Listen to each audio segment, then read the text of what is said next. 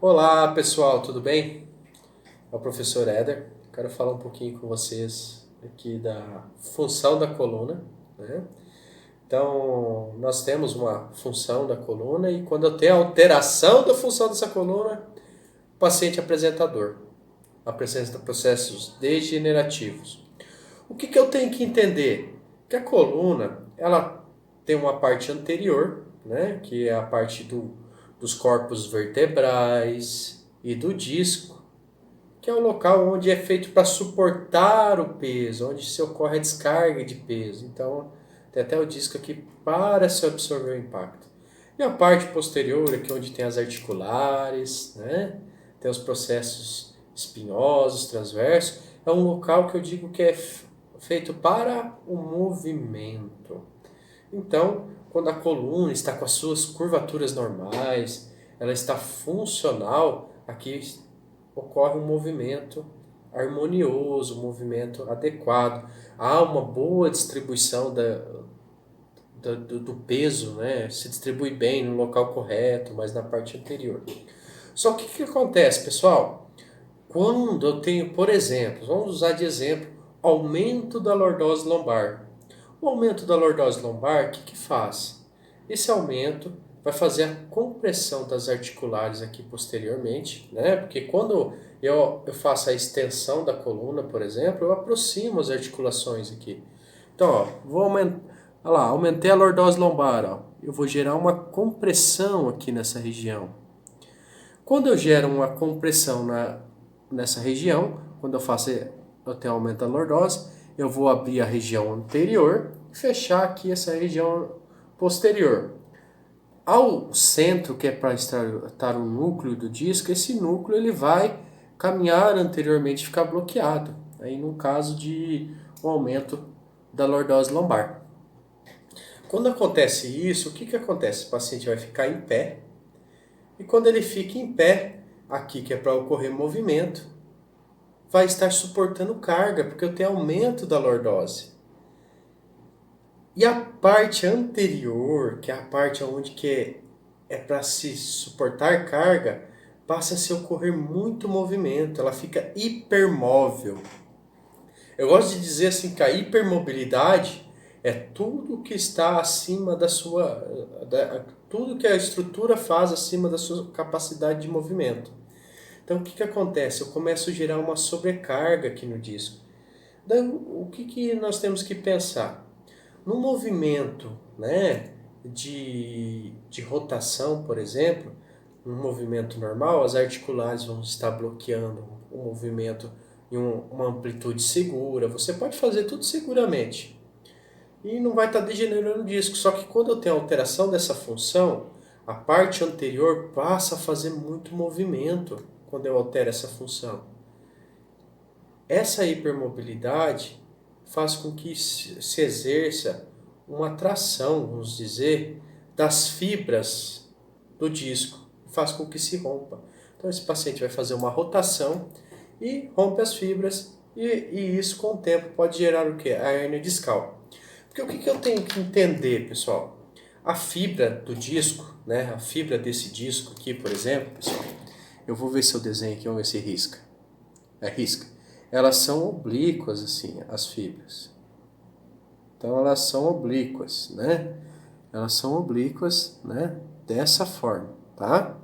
Então eu tenho essas fibras oblíquas. Quando eu comprimo e traciono, não altera o comprimento dessa fibra. Só que pensa, se eu fixar uma região aqui, fixar outra aqui e rodar um lado, né, que na rotação acontece isso, eu gero uma tração sobre essas fibras. E isso pode fazer com que rompa elas. Por isso que num estado onde o teu paciente ele tem uma alteração postural, em alguns casos é interessante você cuidar com as rotações. Então assim, se eu pensar, eu vou pegar um caso de um paciente meu de hérnia de disco. O meu paciente, o tórax dele não movia muito bem. E esse paciente ele trabalhava numa serraria e o que ele fazia? Ele gostava, ele era proprietário, mas ele gostava de estar lá no chão de fábrica. A esposa dele administrava e ele gostava de estar lá no chão da fábrica fazendo um serviço. E olha o que ele me disse, olha que interessante. Éder, eu pego a madeira deste lado, eu giro e coloco aqui para colocar na serra. Olha, ele faz uma rotação de tronco, tá? Tá, me chamou a atenção porque ele tinha uma dor lombar. Isso eu faço isso o dia todo. E esse paciente fumante, tórax muito rígido, o tórax não movia muito bem. E quando ele fazia um movimento de rotação, e é o que eu gosto de fazer, pessoal. Eu não gosto de fazer, vou rodar com os braços cruzados, igual algumas pessoas fazem, para ficar um movimento puro. Eu gosto de falar assim, que jeito que você roda lá no seu serviço? Como que é a rotação que você faz lá?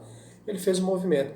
Eu percebi naquele momento que o tórax não movia bem, lombar alta não movia muito bem, os ilíacos todos rígidos por causa do quadril não movia muito bem, e a lombar baixa ali L5, S1, tá? L4 e L5 estava compensando essa mobilidade. Além dele ter o quê? Um aumento da lordose lombar, porque ele tinha uma cifose torácica. E essa cifose, pessoal, essa cifose fazia com que aumentasse a lordose lombar dele. Paciente fumante, eu pensei, poxa, o que eu posso ajudar esse paciente? Eu avaliei bem ele e percebi que o quê? Diafragma muito tenso. Soltei o diafragma, imobilizei muito o tórax dele, trabalhei muito a mobilização desse tórax. Devolvi mobilidade. E quando eu devolvi mobilidade para o tórax, quando ele foi lá no trabalho fazer a rotação, não sobrecarregava mais a lombar. E o sintoma cessou. E olha que interessante, pessoal. Esse paciente, deixa eu só pegar o disco aqui que caiu. Esse paciente, ele apresentava um exame que tinha uma hérnia discal. E além da dor na região lombar, ele tinha dor irradiada e cessou todo o sintoma. Só trabalhando a mobilidade do tórax dele. Pensando o quê? Eu tenho que melhorar a função desse tórax. Eu melhorei a função do tórax, melhorou a função da lombar. Após isso, eu comecei a trabalhar também mobilidade de quadril, passei a orientar ele, tá? Para que ele não apresentasse mais sintoma. E é um paciente que evoluiu muito bem. Então nós temos que pensar que o quê? Que qualquer processo degenerativo da coluna é um produto final. E cabe muito bem as alterações de movimento. Nós temos que estar atentos não ao local do sintoma só. Eu tenho que estar atento ao local que está hipomóvel em muitas situações. Lógico, normalmente, pessoal, local hipomóvel é um local rígido. Local hipermóvel é um local instável, que tem instabilidade. Então, onde está instável, você estabiliza, você fortalece. E onde está rígido, você mobiliza. Então, você consegue abranger o seu paciente como um todo. Daí você para de pensar e fazer protocolos para hernia de disco. Que não dá para você ficar preso a protocolos. Tá? Por exemplo, esse paciente eu trabalhei visando o tórax. Às vezes o outro paciente era o quadril. Às vezes tem paciente que tem dor no joelho. Daí eu quero saber quando dói o seu joelho. Eu pergunto para ele, quando que você apresenta? Eu apresento em tal momento. Eu vou fazer um movimento de rotação. E eu tenho um paciente que, usando um outro exemplo, o caso era o joelho. Ele lutava algo, eu não lembro se era karatê, o que era.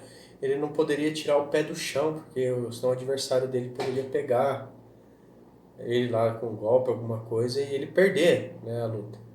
E esse paciente, ele falava assim, dói para fazer esse movimento que é o da luta. E o que ele tinha? Ele tinha uma alteração de mobilidade do quadril. E doía o joelho porque compensava no joelho. O que nós trabalhamos? Bastante a mobilidade de quadril. Adianta eu ir lá, ficar fortalecendo o joelho? Não adianta eu ficar olhando só para o joelho dele. Eu tenho que olhar o todo. Eu espero que esse vídeo tenha esclarecido bastante para vocês, né?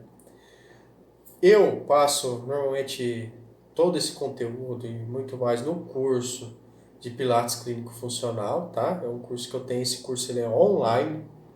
Você aprende tudo sobre Pilates nele, você se torna um profissional do Pilates E você tem ali todo, durante o curso, os vídeos ficam disponíveis durante 2 anos, tá? Você pode assistir novamente os vídeos. Entre cada exercício, sempre eu faço colocações dos exercícios, tá? E tem todo um pensamento filosófico para você trabalhar com o Pilates, além da filosofia do Pilates. Que quando eu coloco Pilates clínico, né? Eu estou colocando o quê? Nós somos profissionais que reabilitamos pessoas, então nós temos que entender da parte clínica. Então é um curso bem interessante, se tiver interesse, eu vou estar enviando informações aqui no grupo também, tá? Provavelmente eu vou ter uma promoção, provavelmente não, vou ter uma promoção para vocês que estão no grupo, tá? Então, segunda-feira, a partir de segunda-feira, eu vou começar a publicar algumas coisas aí relacionadas ao curso,